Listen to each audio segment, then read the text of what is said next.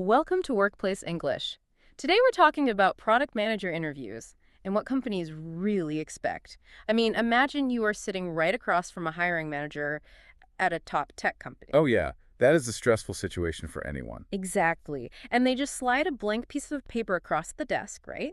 They hand you a marker and ask, well, if our app completely crashes right now, what is the very first thing you do?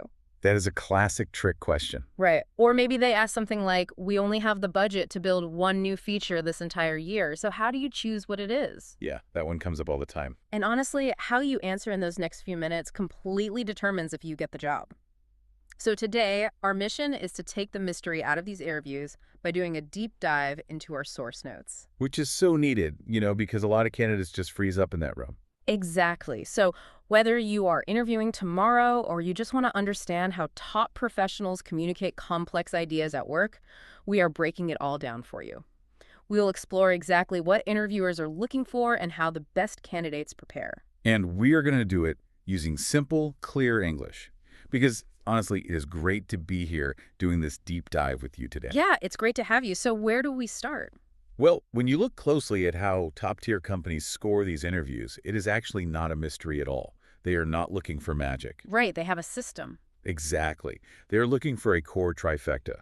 There are really three specific skills they test in almost every single question. Okay, so what are the three skills? They are communication, problem solving, and product thinking. And honestly, if you understand how those three work together, you pretty much understand the entire interview. Okay, let's unpack this core trifecta a bit, because I like to use visual examples. Is being a product manager kind of like being the captain of a ship? I like where you're going with this. Go on. Well, you need to know your destination, right? So that would be your product thinking. Yes, exactly. You have to know where the product is going. Okay, and then if the ship gets a sudden leak along the way, you have to fix it without sinking. So I guess that is your problem solving. Yep, the daily fires you have to put out. Right. And finally, you have to make sure the crew is actually working together efficiently, and that is your communication. So does that track? That is a really solid starting point. The destination, the leaks, and the crew. But let's take that a step further. Oh, there's more. Yeah, because the interview actually goes much deeper than that. You see, an interviewer is not just checking if you know where the destination is. What are they checking then? They are testing how you navigate when your map is totally wrong and a massive storm hits. They will ask about product strategy or user experience. Okay, that makes sense. But what is truly fascinating here is they often do not care if you guess the correct final answer. Wait, really? If I am applying for a highly paid job, shouldn't I just give them the right answer? You would think so, right? Yeah. Like, why do they care if my process is messy as long as the product works in the end? Well, because in the modern workplace, there's rarely one perfect right answer. The reality of the tech industry is incredibly messy. That is very true. Things change fast. Exactly. Markets change, competitors launch new things overnight, or budgets just get cut unexpectedly. So, tying it back to the ship analogy, if your ship hits a leak, the interviewer wants to see your mental process. Precisely. They want to know, do you panic? Do you just grab the first tool you see and start swinging? Right. Or do you calmly assess the water level, figure out which hole is the biggest, and direct the crew? Exactly. They want to see your brain's operating system, not just the final output. That makes a lot of sense. Because you can have amazing technical skills and be the smartest person in the room, but if you do not know how to handle a complicated, ambiguous problem, you are going to struggle as a captain. Oh, absolutely. You need to show them you are adaptable. And that is exactly why interview questions are often intentionally vague. Oh, so they make it vague on purpose? Yes, they want to see how you create structure out of chaos. If they ask a really broad question, they're waiting to see if you ask clarifying questions back. Or if you just jump straight to conclusions without thinking. Right. It is completely about the journey of solving the problem. Well, let's talk about one of those chaotic realities, because you simply cannot build everything. A product manager has limits, right? Very strict limits, yeah. You have a limited team, limited time, and definitely limited money.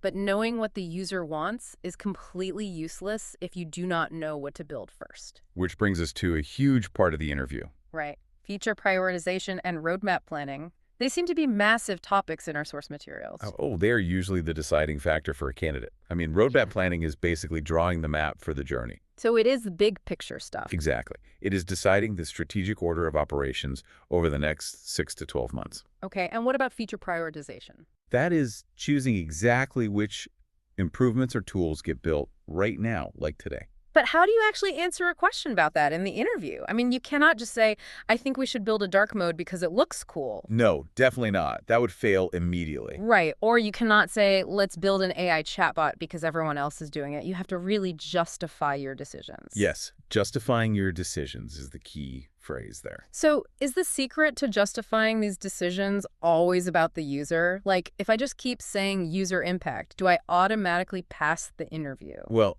actually, it is a bit more complicated than that. Yes, user impact is your anchor. Okay, so you have to start there. You absolutely must talk about user needs. But think about it. If a feature is amazing for the user, but it completely bankrupts the company, the user impact does not matter. Ah, right. If the company closes, there's no product at all. Exactly. So it is always about balancing those user needs against business realities. Okay, so it is a balancing act. The user wants everything for free, but the business obviously needs to make money. Right. But when you are justifying a decision in an interview, you always start with the user. Why is that? Why not start with the business? Because starting with the user grounds your argument in reality.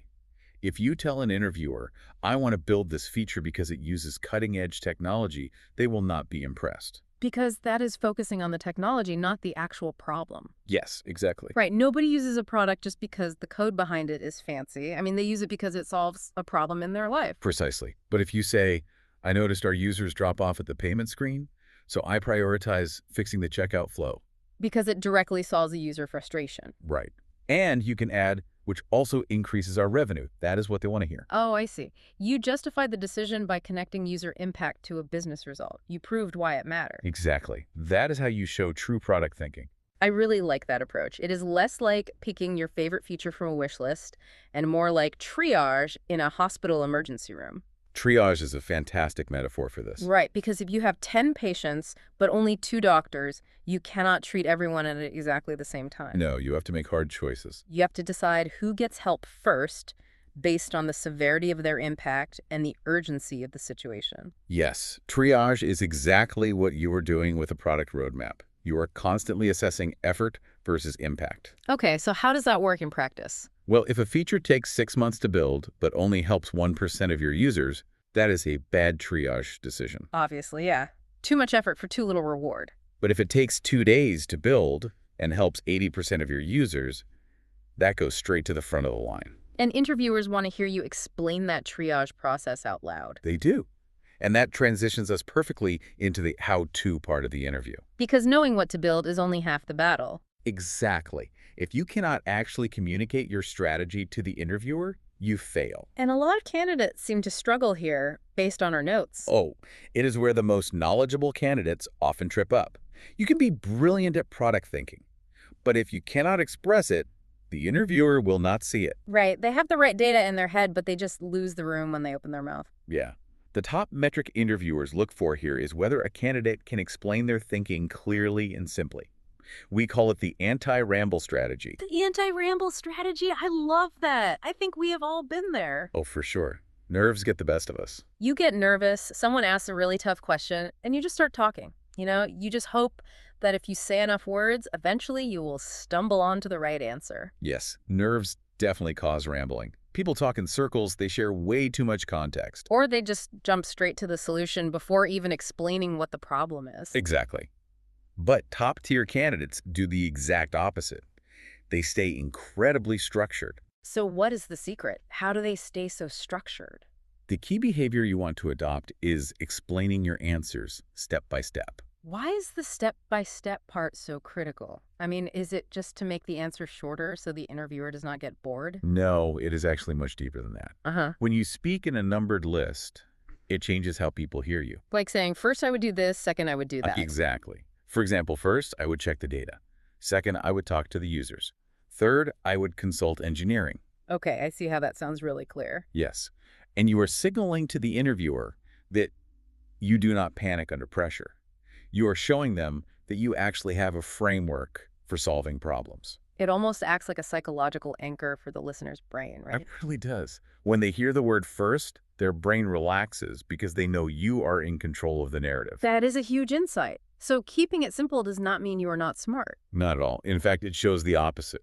Right, because I think sometimes professionals try to use really big, complicated words to sound more authoritative in interviews. Which is a huge mistake.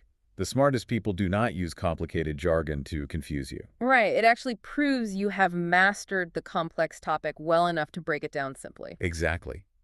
They use clear, structured examples to guide you.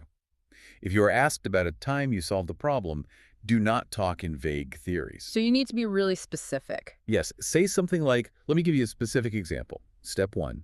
I identified that user engagement dropped by 15%. Oh, that is very concrete. Step 2, I ran a survey to find out why. Step 3, we redesigned the onboarding page based on that exact feedback. I see. Using an example like that almost forces you to be structured. It does. It naturally creates a story with a beginning, middle, and end. And it proves you are not just making things up on the spot. You are drawing on real experience. Yes, and you are communicating it in a way that is just effortless for the interviewer to follow. Because if your answer is organized, they trust that your daily work will be organized too. Okay, so let's review what we have so far. We have got product thinking, which is knowing your destination and prioritizing the roadmap. Right, that is step 1. And we have got problem solving along with structured step-by-step communication. The anti-ramble strategy. Exactly. But there is a whole other side to this job that we have not touched yet in our deep dive. Oh, you mean the human element? Yes. Because even with the perfect roadmap and perfectly clear communication, a product manager does not build a product completely alone in a dark room. No, they certainly do not. They have to work with a lot of people. Let's talk about that human element, specifically teamwork and dealing with stakeholders. This is a massive part of the evaluation. Yeah. And honestly, it is often the most challenging part of the actual job. So for our listeners, a stakeholder is basically anyone who has an interest in the product, right? Exactly. That could be the sales team, the marketing department, the executive leadership, or the engineering team. And managing them requires an entirely different set of skills than just looking at data. It really does. You are managing relationships just as much as you are managing a product. It sounds like you are not just staring at spreadsheets all day. You are trying to get a room full of very different personalities to actually agree on one single path forward. And that is not easy. Interviewers really want to know what happens when those relationships experience friction. Oh, so they want to see the messy parts. Yes, they will explicitly ask questions to see how you handle feedback and, more importantly, disagreement. Disagreement is tough. I mean, nobody likes being told their idea will not work. No, especially not at work. Or that their pet project is getting delayed for another 6 months. So how do you handle that in an interview setting without sounding like you are just a difficult person to work with? Well, think about the reality of a busy workplace. Let me give you a scenario. Okay, lay it on me. Imagine the sales director comes to you and says, we need to build a new reporting dashboard right now, or we lose our biggest client. High pressure. Okay. But then your engineering lead says, if we stop our current work to build that dashboard, the whole app might crash next week due to technical debt. Wow, so everyone is right from their own perspective? Exactly. The sales director obviously wants revenue. The engineer obviously wants stability. And you're stuck in the middle, so what is the interviewer testing here? They're testing to see if you are collaborative or if you just try to dictate orders and force people to do what you want. That sounds incredibly stressful. So how do you actually solve that? I mean, do you just compromise and make everyone a little unhappy? Not necessarily. Yeah. You solve it by bringing it back to what we discussed earlier. Oh, wait, the user impact. Yes. When stakeholders are arguing emotionally, a great product manager neutralizes that emotion by focusing on the data and the user needs. I see. So you do not say, my idea is better than yours. No. And you definitely do not say sales is more important than engineering. That just makes people mad. Right. So what do you say? You say, let's look at what our core users are struggling with right now, and let's see what serves the long-term health of the product. Oh, wow. That takes the ego completely out of the argument. It really does. You align the team by pointing everyone back to the same shared goal.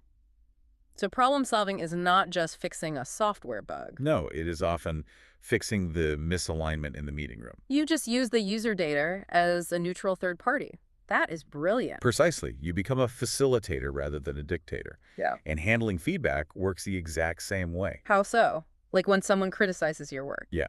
If a stakeholder tells you your roadmap is wrong, a bad candidate gets really defensive. Right, they try to prove they're right. But a great candidate says, well, that is interesting feedback. What user data or business goal is driving that perspective? That is a brilliant way to phrase it because asking them what data is driving their perspective completely changes the tone of the conversation. Exactly. It changes it from an argument into an investigation. And if you can demonstrate that approach in an interview, you look amazing. You really do. If you can show that you communicate clearly, you solve human conflicts logically, and you always anchor decisions to user needs, you become an incredibly strong candidate. Because you are showing them the complete trifecta working together. In perfect harmony, yes. You are communicating, you are problem solving, and you are exhibiting strong product thinking all at the exact same time. Well, this has been incredibly helpful. We have taken a deep look at what companies are really measuring behind closed doors. And it is so much more than just having the right technical answers. It really is. So for everyone listening, let's just quickly recap the essential takeaways for you. Yes, remember the big three: communication, problem solving, and product thinking. Right. When you sit down in that interview chair, take a breath, avoid the urge to ramble. Use the anti-ramble strategy. Exactly. Stay structured and build your answers step by step. Keep your language simple and use clear examples from your past experience. And always, always anchor your decisions to the user impact and the business needs. Finally, show them you can navigate human conflicts by handling stakeholder feedback with an open mind. If you're the captain of the ship, you have to make sure you know how to actually talk to your crew when the storm hits. Those are excellent takeaways. Honestly, mastering these concepts will fundamentally change how you present yourself. Not just in an interview, right? But in any professional setting where you need to influence a team. Exactly. It is about showing you are ready for the messy reality of the role. And remember, our next video teaches the specific important English phrases used in product manager interviews. Yes, so you can practice exactly how to say these things clearly. You really will not want to miss it because it gives you the exact workplace vocabulary to match the strategies we discussed today.